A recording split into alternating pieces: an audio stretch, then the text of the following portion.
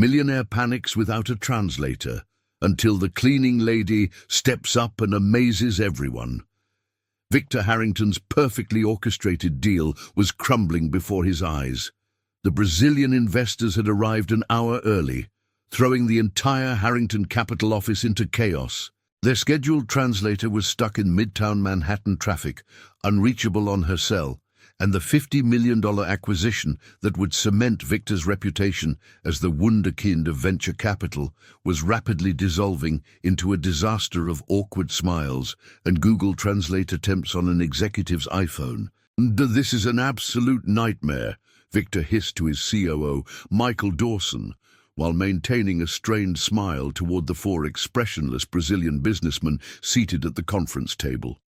"Where the hell is Jessica with those translation apps?" "Still downloading," Michael muttered. "The Wi-Fi is crawling." Victor felt sweat beading at his temples.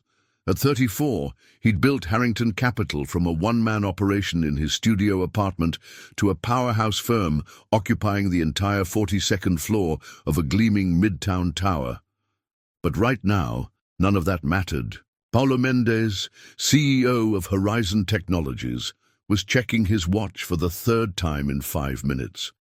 The other Brazilian executives were whispering among themselves in Portuguese, their expressions growing increasingly impatient. The conference room door opened, but instead of his assistant Jessica with the promised translation solution, it was Helena Suarez pushing her cleaning cart.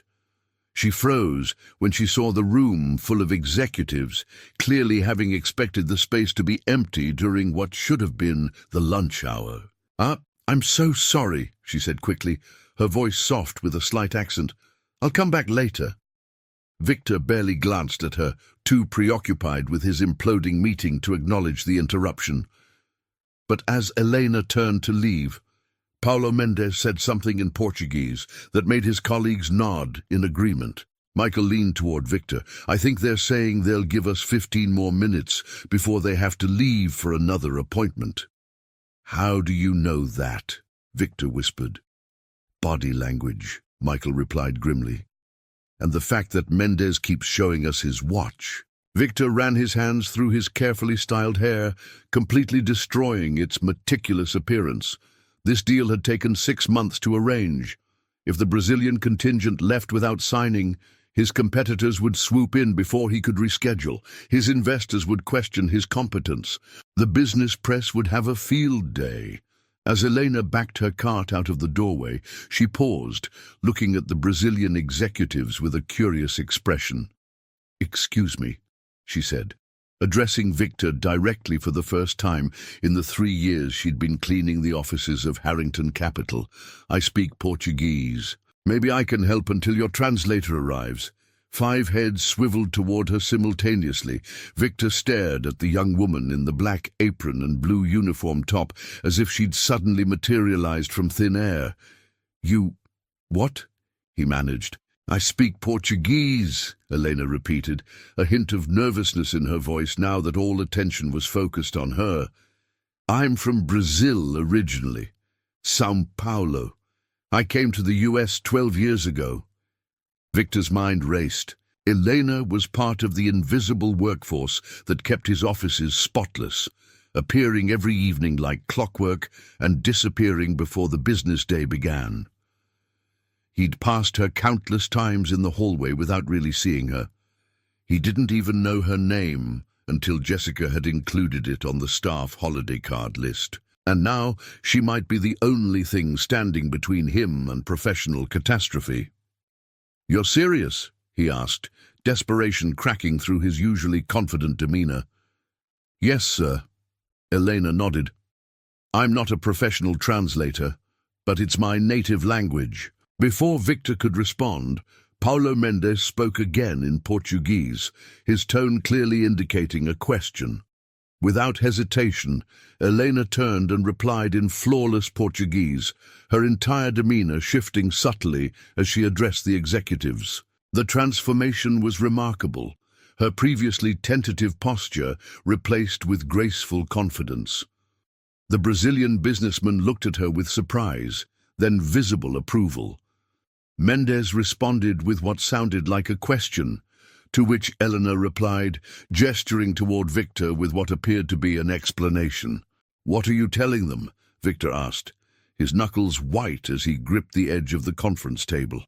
"I apologized for the confusion and explained that your translator had an emergency, but that I'd be happy to assist temporarily if that's acceptable to them," Elena explained.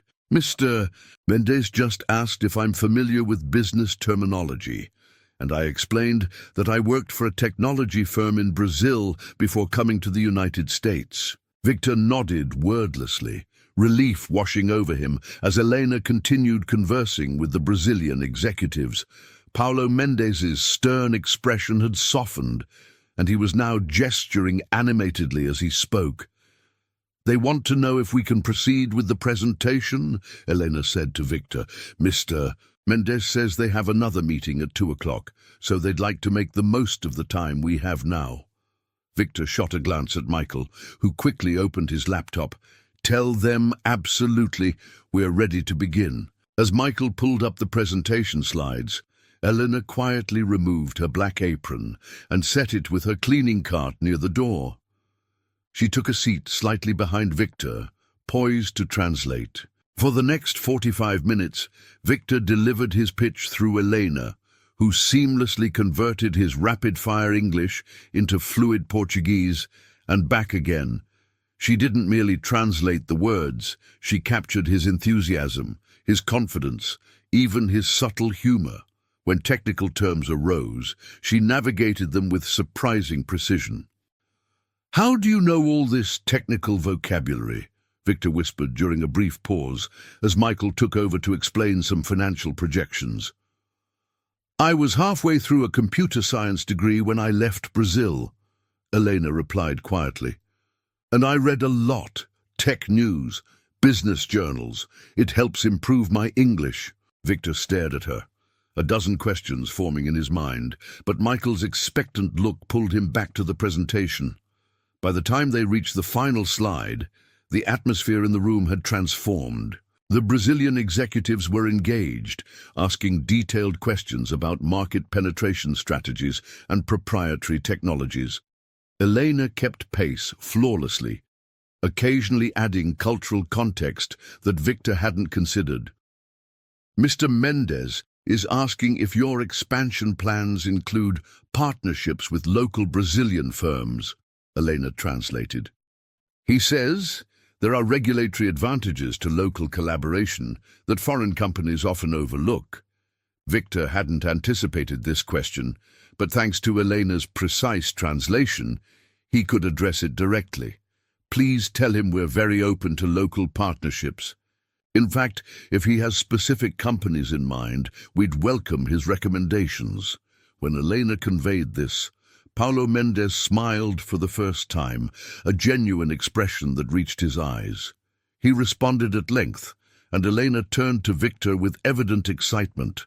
"He says his brother-in-law runs a software development firm in Rio that might be the perfect complement to your platform. He's inviting you to dinner tonight to discuss it further. He says—" She paused, seemingly choosing her words carefully. "He appreciates business people who can adapt to unexpected circumstances. He thinks it shows true leadership quality." As the meeting concluded, the Brazilian executives shook hands warmly with Victor and his team. Paulo Mendez said something directly to Elena, who blushed slightly as she replied. "What was that?" Victor asked after the Brazilians had left, escorted by Michael to the elevator. "He asked if I was part of the executive team," Elena admitted, a hint of embarrassment in her voice.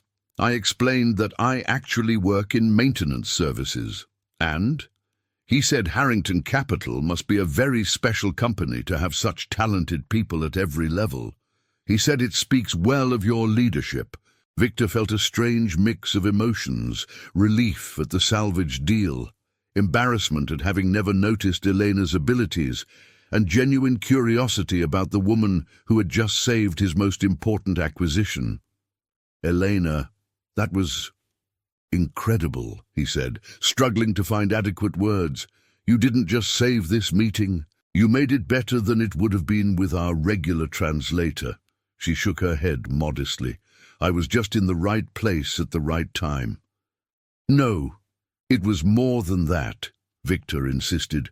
The technical knowledge, the cultural insights, those made all the difference. Elena glanced at her abandoned cleaning cart. I should get back to work. The 14th floor bathrooms won't clean themselves. Wait, Victor said, suddenly unable to reconcile the poised, articulate woman before him with the task of scrubbing toilets. We need to talk about this, about your future here. My future? Elena looked genuinely confused. Yes, I think you're in the wrong department. Elena's expression shifted from confusion to caution. She'd seen this before, momentary appreciation from executives that faded once the crisis passed, empty promises made in the heat of gratitude. Mr. Harrington, I appreciate the sentiment, but— Victor, please, he interrupted, and I'm serious. You just demonstrated skills that are far more valuable to this company than cleaning services. She hesitated, weighing his sincerity. I have responsibilities. My sister and I share an apartment in Queens. I can't risk a steady paycheck on maybe— I understand, Victor said, making a swift decision. Come to my office, right now.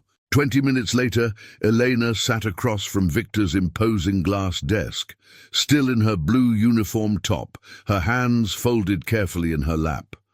Jessica had brought coffee and was now hovering nearby, obviously curious about the cleaning lady who had somehow ended up in the CEO's office.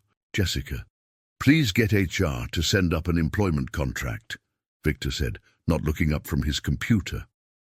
International Business Liaison position. Starting salary. He paused, typing rapidly, then named a figure that made both women's eyes widen. Sir, that's more than twice what our junior executives make, Jessica pointed out. And she just demonstrated she's worth at least that much, Victor replied firmly. Also, call Eduardo and cancel our contract with Premier Translation Services. We won't be needing them for Portuguese translations anymore. Jessica nodded and left, closing the door behind her. Elena sat very still, her expression a complex mixture of hope and disbelief. This isn't charity, Victor said, answering her unspoken concern. What you did in there wasn't just translation. You built a cultural bridge. You caught nuances I would have missed completely. Do you know what Paulo Mendes said to me before he left? That meeting your company's hidden talent convinced him we were the right partners. That's worth millions to Harrington Capital. I don't have a degree, Elena said quietly. I never finished at the University of São Paulo. We can help with that, Victor replied. Tuition assistance is part of our executive package. Weekend or evening classes, whatever works with your schedule. Elena took a deep breath. And if this dinner tonight doesn't go well, if the deal falls through, will you still feel this way?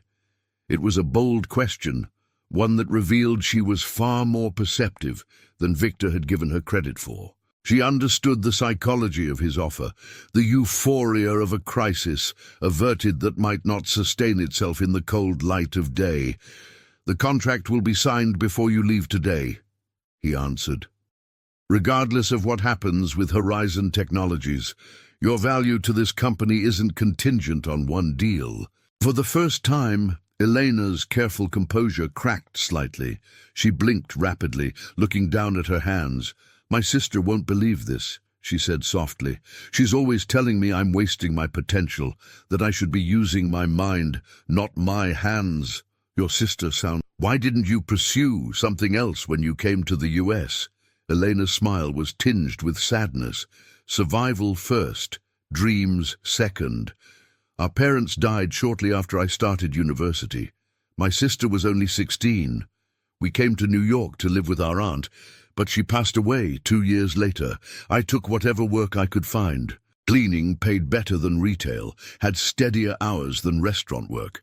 Victor nodded, a new respect forming as he recognized the quiet dignity with which she'd faced her circumstances. 3 months later, Elena Suarez walked into the same conference room where she had once pushed a cleaning cart. Now she wore a tailored navy suit, her hair styled professionally, a company tablet in hand. She was leading a team preparing for Harrington Capital's second meeting with Horizon Technologies, this time to finalize the joint venture agreement that would establish their presence throughout Latin America. "The contracts are ready in both languages," she informed Victor, who had just arrived from another meeting. "And I've prepared cultural briefing notes for the team about business etiquette in Brazil." Victor nodded approvingly. Elena had exceeded every expectation, quickly becoming indispensable to the company's international expansion strategy. Her apartment in Queens had been replaced by a more convenient place in Manhattan, and her sister was now completing her degree with Harrington Capital's support. "You know," Victor said as they waited for the Brazilian executives to arrive, "Paulo Mendes asked specifically that you be at this meeting. He said you were the reason he trusted us." Elena smiled.